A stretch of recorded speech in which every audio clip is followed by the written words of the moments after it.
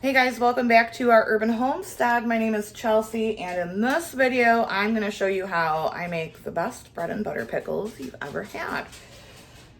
I'm going to start with cutting the ends off of each cucumber and slicing them. Do them as thick or thin as you want.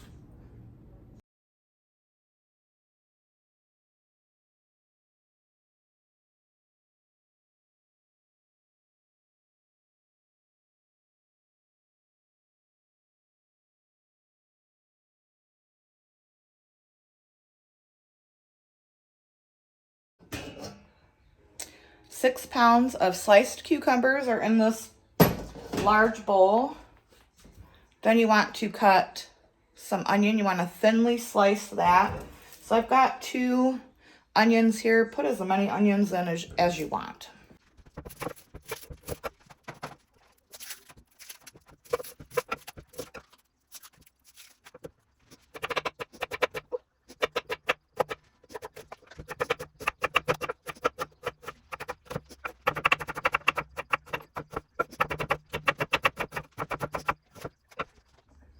I should have sharpened my knife. I wouldn't have tears rolling down my face if I did. So that's a good trick to make your eyes not weep when you are cutting onions. You really want to make sure that you have a very good, like a very sharp knife, and that will prevent you boo-hooing. All right, throw your onions in the bowl. Then you need to add a 1/2 cup of either canning or pickling salt.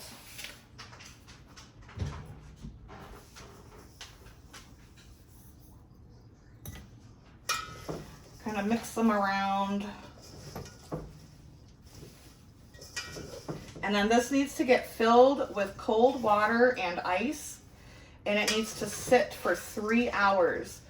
So what that's going to do is this canning or this salt is going to draw moisture out of the cucumbers and onion, and the cold water is going to make them very, very crisp. So just set these aside after you fill them up with water and ice. Set them aside for 3 hours. After your pickle or your cucumbers and onions have soaked for the 3 hours, you want to strain them in a colander. Rinse them very, very well to get all of that salt off. I have jars in here on about medium low, just filled to the neck with water. So our jars will be nice and hot. And now we need to make the brine. So the brine could not be any easier.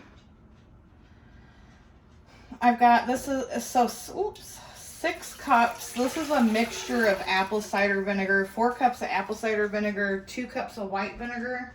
I would do all apple cider vinegar. I think I'm actually going to add another splash because I did spill some.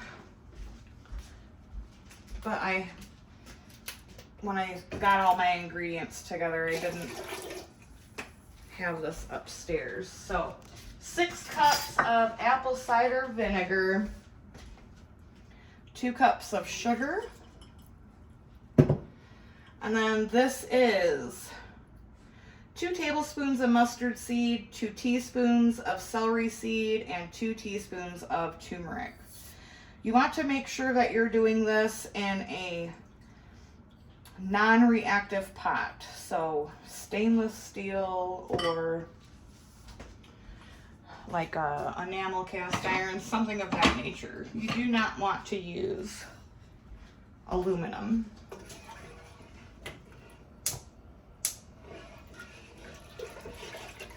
And then this needs to come up to a boil. So I just pulled the jars out of the canner. Our brine is hot. And this is how I get crispier than normal pickles. I know most recipes will tell you to boil the cucumber and onion mixture in with your brine for 3 minutes. I don't do that. I just pack my jars and then pour the hot brine over them. So that's what I'm gonna do.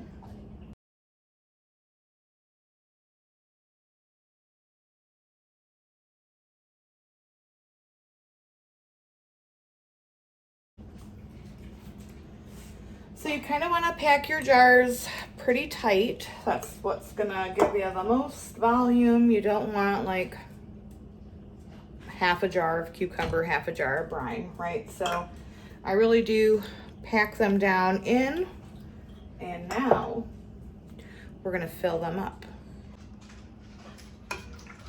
So pickles are just like jellies and jams. You can go to 1/4 inch headspace.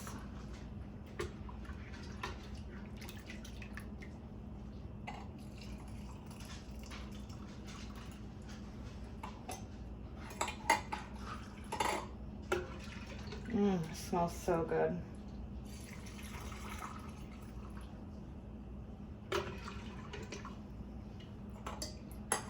Doesn't it, April? It does smell delicious.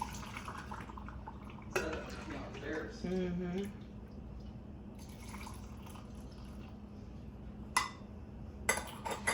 So in my live, my daughter had asked, why do they call them bread and butter pickles? And I did not give her the right answer. I just said, well, because they're sweet. But at my grandma's, I don't know if this is like the real reason, but these pickles were always served like before dinner while everyone was at the table.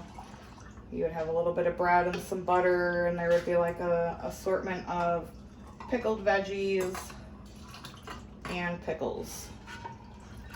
So someone tell me in the comments if that is why they're called bread and butter pickles. If not, if I'm wrong, please tell me.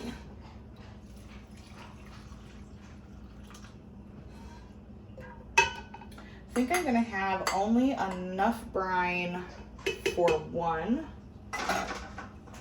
And I will probably make some refrigerator pickles with this last pint.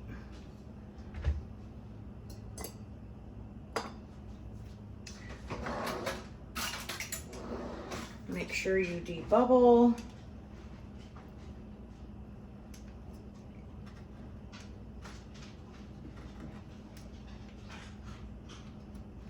And then I'm going to wipe the rims very, very well because this brine does have sugar in it. You want to make sure that you,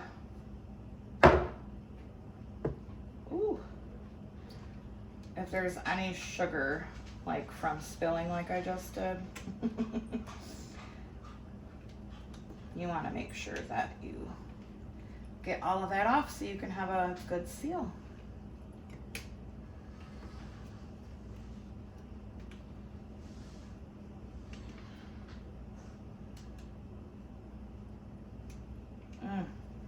I literally could eat all of these right now, but what are you gonna do?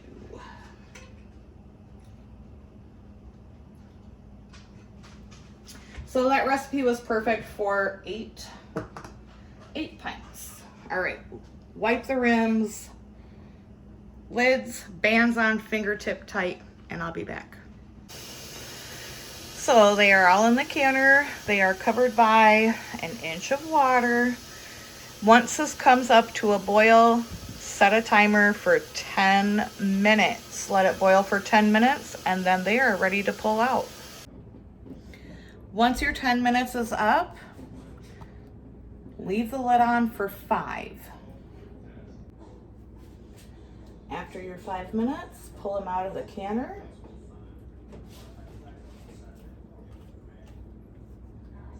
Look at those, you guys. And set them onto a towel or a cutting board. You don't want to put them directly on your counter because that can make your jar break.